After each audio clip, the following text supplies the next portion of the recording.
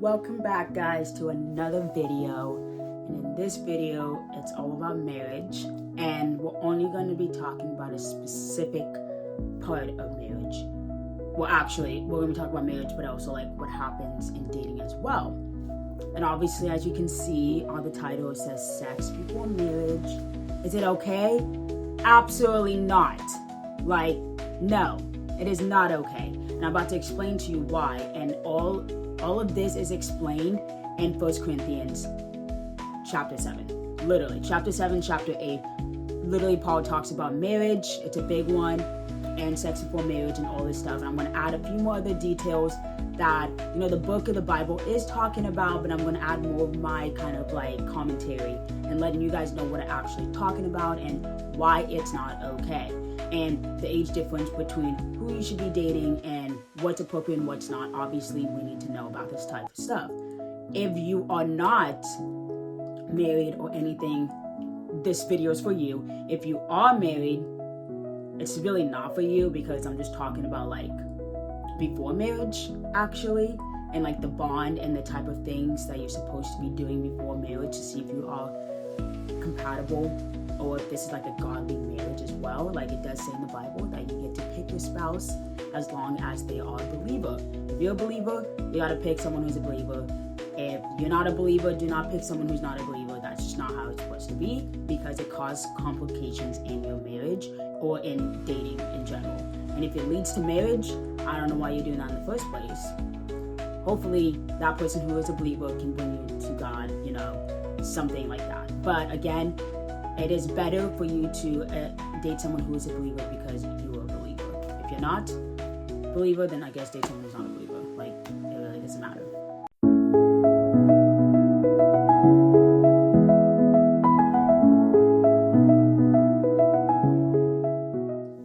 When it comes to dating, this is a very important rule, is to not have sex before marriage. Like, no, we're not doing all of this. No. And there's a reason why, and I'm about to explain to you why it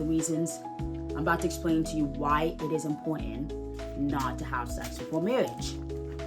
So it says right here in 1 Corinthians chapter 7, 39, a wife is bonded to her husband as long as he lives. Some of y'all like bonded, what about it? So I actually had some commentary about what I was talking about. I literally put some notes down in my Bible because I like to put down notes and think about, okay, what is God speaking about this type of verse?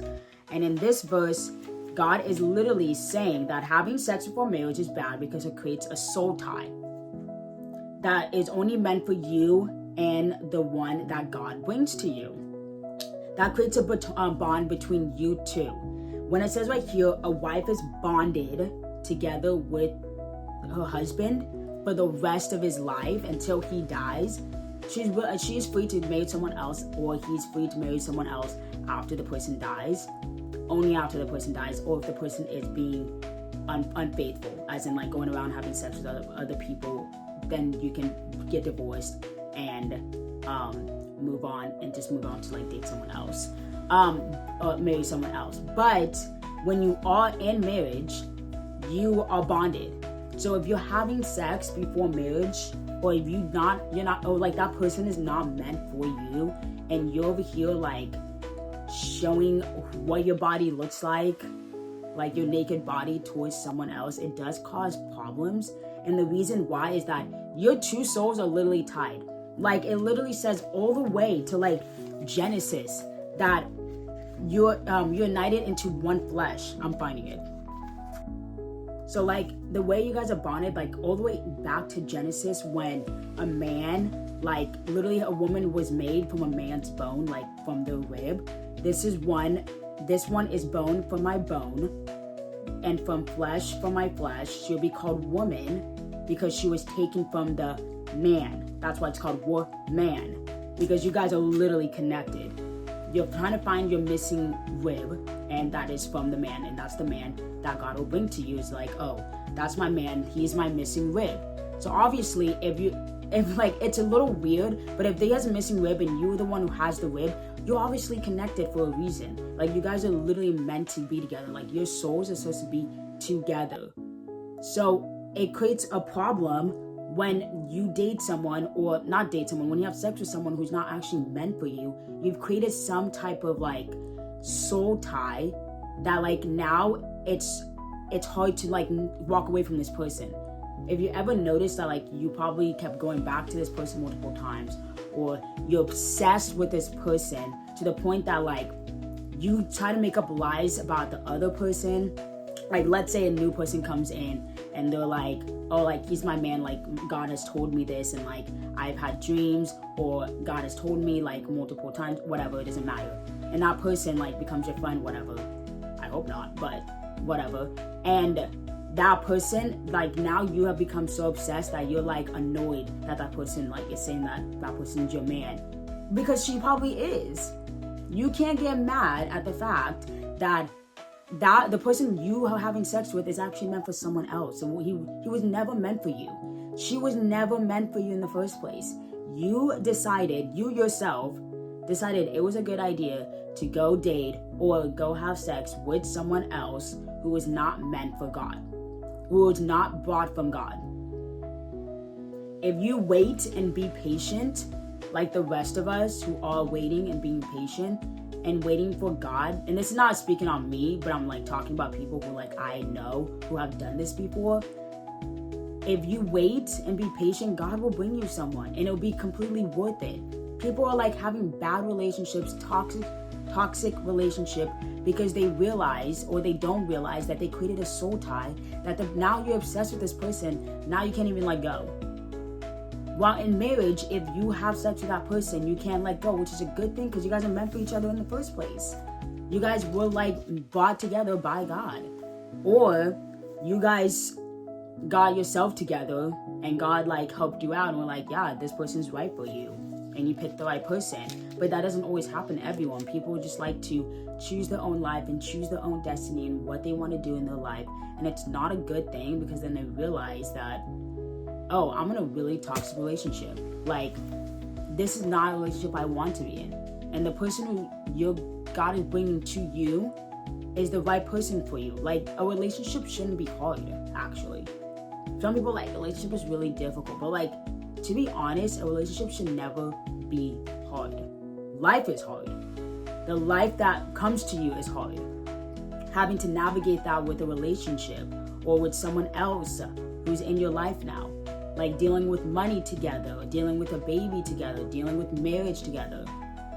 But a relationship itself, like if you were in a room and everything was brought for you, like you had everything in your entire world, and like you had no problems, like you didn't have money problems, you didn't have baby problems, you didn't have anything, and it was just like spotless and pure. Think about it, like, is your relationship going to be good? Like, are you going to be like, oh, like we're actually compatible, like, oh, like we are actually like meant for each other, like this is my soulmate, like this is not hard at all, like we love each other so much, we're willing to stay together, or like we're not even arguing, we're just having conversations, we're laughing. Like, that's the type of relationship we should be having. But when you are having sex before marriage with someone who's not meant for you, you're going to have complications. And then if you continue to be friends with that person after, good luck. That's not going to be good. Because that's not going to be good. And then soon you'll realize, oh, and sometimes God will make that relationship difficult, or make that friendship difficult for you. Like, he would not like that relationship, friendship, or whatever. He'll be like, we're splitting y'all up because you're not meant to be together in the first place. You two brought each other, and I'm bringing someone else for you, but you're not listening, and you want to do your own thing. And now you're having issues, and now you're like, oh, I don't want this, I don't like this anymore. But why did you start to do it in the first place? Who said it was okay for you to go around and have sex with people? No one. God definitely did not say that. I know the devil probably did. But God for sure did not say, hey, yeah, go have sex with everyone. Go for it. I'm not talking about kissing, guys. I'm talking about like having sex with like a bunch of people. One night stands. I don't know. Like, let me have sex with my boyfriend. Like, we're not doing that. No. Especially if you're a believer. you know the rules, you know why it's not important. And if you don't, again, I just told you, it creates a soul tie. Then now you guys are bonded.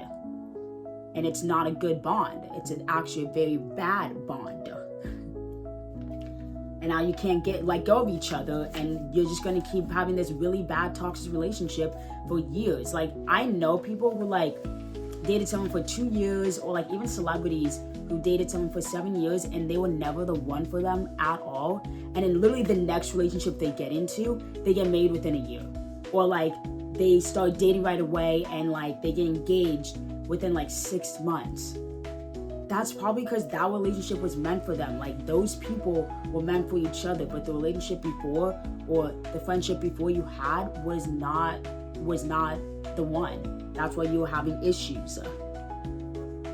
Sex was literally designed for marriage only. That is literally what Paul says in Corinthians. Sex was only designed for marriage. It was the devil was the one who actually was the one who created the whole sex before marriage. He knew that God was no, sex is meant for marriage only. And he was the one, no, let me twist this around and actually make it difficult. And then we bring some more evil into this world. And that's what the devil did. And was let me take something that is really important to God. Because again, the devil can only create something that has already been created. He's a copycat, literally. That's what he is. He's a copycat. He would take something that God already did and twist it into something that is twist something into what it's truly not supposed to be. And all of us actually end up getting tied into it. All of us end up getting tied into something that was not meant for us. And we get trapped into it. And we don't realize that we're getting trapped into it. And then now we have a hard time bringing it out. And the only person who can truly take you out of that situation is God. He knows you better than anyone else in this entire world. He knows the life that you had and how you weren't following his directions, but he's not going to disown you. He's literally going to forgive you, and as long as you repent and realize that you're a sinner and what you did was not okay, and that you went to God and was I am so sorry, Lord, I am a sinner, I messed up bad, and I had sex before marriage, and I don't know what to do, and I don't know how to get out of this toxic relationship, this abusive relationship, and I'm really having a difficult time. Please help me and please forgive me for what I have done. And you know what? The crazy thing is he will. He forgive you. It's not that hard. God will literally forgive you for what you did. He's not going to go out of his way to go save you. You have to go to him to get saved. And sometimes, and the most crazy things ever, is maybe a friend might actually come and help save you. And that friend is probably from God. Or maybe someone will say something that you saw on YouTube, like me, or you'll see something on Pinterest, or maybe someone said something to you. It really doesn't matter where, or you saw it in a dream, that God's it is time for you to get out of this relationship, and it's time for you to create something of your own through me. It is time for you to start your own beginning, but I need you, my daughter, my son, to get out of this toxic relationship, because it's actually affecting you. And I don't want you to struggle anymore. I don't want you to have any more pain. I don't want you to feel like I'm not there for you, or no one's there for you, and that you're in this relationship, you feel trapped, that you can't even get out. And that's not true. You have a way out, and it's God. God is your way out. If you just need to use the Bible, go for it. Use this Bible to get yourself out, not a phone. Okay, a lot of people have a very interesting way. I think, this is just my personal opinion, I don't know what God thinks about it, but I think that you need to read the actual Bible to really get the word out. There's something about this. I read through my phone, my phone's right here, through my phone Bible and stuff, and it's helped a little bit, but there's something about this Bible, a physical Bible, that actually miraculously changes you. I've done it with a phone, and that might be me just personally, and if you're a phone is good for me, I'm chilling, I guess, but you have to remember that phones didn't exist back in like when God was, what is it called? When like Jesus was alive. They used paper. They literally use paper. So I don't know, but this is my personal opinion. I just think paper there's something about it that like really changes you, because it's probably the way that God actually like said his word. He sent out his word. He was like, here you go, and go preach the Bible, and here I'll be sending you some prophets, or like I'll be sending you some, write this down. Like I need you to write this down so it's recorded in history. And they did that all through paper. So I think paper actually has a bigger impact than it does on a phone, because they didn't use phones. Like they weren't texting it and being like, okay, Lord, what else? What else? No, they were like literally writing down on paper. And yes, they did translate it and whatever, but I tried a phone. This is my personal experience. I tried a phone. It's like, it works sometimes, not all the time. It really doesn't. But I think you should really just walk around with the Bible. Why not? And again, with the phone, you can get distracted by it really easily. I know we're talking about marriage, but I also want to talk about this too. But I think with the phone, you can get distracted by it. Like you can literally scroll out of the Bible app and literally just go on something else. Like you will get distracted. And I think obviously with a Bible, like a legit Bible, you can't get distracted, because what is there to get distracted by? The word. You can't, like, it's good. You should get distracted by the word. Like you need the word, clearly. You're over here struggling. But I think with the Bible book, you should try to read from that and not a phone, just because you're not going to get distracted by it. And I think that's a good opinion, or a good advice to at least try. If you don't want to try it, that's fine. That's on you. And if you like come back and be like, oh my gosh, why am I like, I can't even like read the word, like, because someone keeps texting. That's probably why. Like, you need to put away your phone. It's not meant to be in your face in the first place. Put it away. Put it far away. Take out the Bible, the book. Not the Bible app, the book. The Bible app is great to have like when you're traveling and stuff. But even for me, I literally take my book Bible everywhere. Like I take that thing everywhere. I don't read off of the Bible app anymore. I actually only use the Bible app for like these videos. If I need to like look up a verse or whatever, I use the Bible app. But if I need to like read, I will read off the book like this. The Lord will speak through me. But going back to sex before marriage, that if you're having sex before marriage, it's not good, guys. You're creating a bond that's really toxic, and you're creating a bond that's actually being more evil than you think. Like the devil's getting to you because you wanted to do that before marriage, and you don't realize that you got demons around you. Like God is probably trying hard not to get you from doing that, but you don't realize that you also created a demonic being that is now attached to you until you repent. Like that thing is going to attach to you. That's number one, why you're obsessed with someone, that same person. Number two, why you can't get out of that relationship and you feel trapped. Because you're doing something that you created a demon that is now attached to you, and that demon is feeding off of your flesh, and that demon is also making it a difficult time for you to even, one, leave the relationship, two, be closer in Christ, three, you're now obsessed and you can't like get over this person, four, you're now lying to others saying that your relationship is fine and that you're okay. You're not. You know you're not. And now five, you are just breaking yourself down, and you're letting this person break yourself down, when really you can be lifted up by God, lifted up by godly people who are out there and are trying to get people out of this situation. Like I'm trying to get people out of this situation through YouTube. If you saw me in real life, I probably would have yelled at you too. Maybe not yelled, maybe like preached to you like, hey, let's not do this, okay?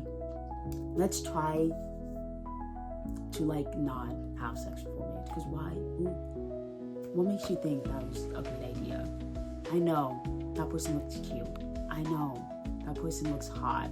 I know that you think, oh my gosh, let's try it. No, don't. Because now you're stuck in a situation that you really are having a difficult time getting out of. But if you didn't do that, it wouldn't have happened. So let's try harder, guys, to not do that. Because seriously, I hate when people get stuck in situations like this. Then they're really struggling for their life. I have friends who have done this. And when I tell you, I was standing on the outside. I was like, girl, you better get it together. And I was like, okay. I kept my mouth shut because I was not, no. But I was also like, I mean, that's her life, or that's his life. And like, if they don't want to follow God and they want to do that and they think it's amazing, that's up to them. We can't really force people to do, like, change their ways. But I can definitely tell you that you create a demonic being every single time you do that. Every time you masturbate, every time you create, watch porn, every time you have sex for marriage, every time you get into anything, you're creating something that is very evil, and you don't actually realize that you're creating something very evil. And as long, I really hope seriously that you have friends that, or family, or maybe a community of people that can get you out of the situation, and you don't have to be stuck in it, because it sucks to be stuck in it. It must be really difficult. You must be having such a hard time. You're like, I don't know why I'm acting like this. I don't know why I feel like I'm so attached to this person. You're not attached. You just created something that's not good for your well-being. Speaking on people who you should be dating, this is, again, my opinion. I don't think, like, God, like, oh my gosh, yeah, you should be dating people. But in this reality, it's kind of gross, to be honest. To me, personally, if you're going to date someone, you date someone close to your age. I don't care if it's like, I don't think it's a big problem if it's like a few years difference, but if it's like a bad few years difference and like you're a minor, you're dating an adult, that's gross. Like, that's disgusting to me. Like, don't do that. Like, and a lot of times if you realize that, like, when God brings someone to you, you realize that that person is actually closer to your age than like, closer to your age than you realize. Like, people, or maybe God might bring someone to you who's like way, like, you guys are like 10 years difference and you guys are living life. But I've noticed in people who are like, you know, who are like godly people who like follow Jesus in their life, their age difference is like not bad. Like, it's not big. It's either, I think the most I've seen, like the age difference, like the most is like 2 years apart, and like the least is like only like a month apart. Like, it's insane. Like, I know like at least 10 people whose relationships was from God, and like their relationship was very close together. Like, they were not that much apart. They were either a year apart, 2 years apart, a month apart, 6 months apart. Like, that is it. And I feel like that's for a reason, and I feel like that is for a reason, and people should not go out and try to look for a relationship because it's gonna cause issues, obviously. And if you're not friends with the person you used to date, good. Sorry, it's good. You don't need to be friends with that person. It's weird, because then now, like, it just creates a weird boundary, and you have to create boundaries with it, and like now it creates a weird like relationship, kind of like a friendship type, and you're like, oh, this is awkward, this is weird, and now I'm like struggling for my life. But again, that's in my opinion. Try to just let God bring you your relationship, guys. Try to not have sex before marriage, guys, and please continue to let God bring you your one and only, and the person who's actually your soulmate, and your missing rib as well. Men, I'm talking to you too as well, and girls, you too. So let God bring you your relationship. Do not go looking for a relationship yourself. It might take years, it might take a while, but it's better for you just to wait, because guess what? Once that relationship does come, it's probably gonna be like the best relationship you'll ever have, and it's probably gonna be way easier than you ever think. So have a good day, stay blessed, see you in the next video.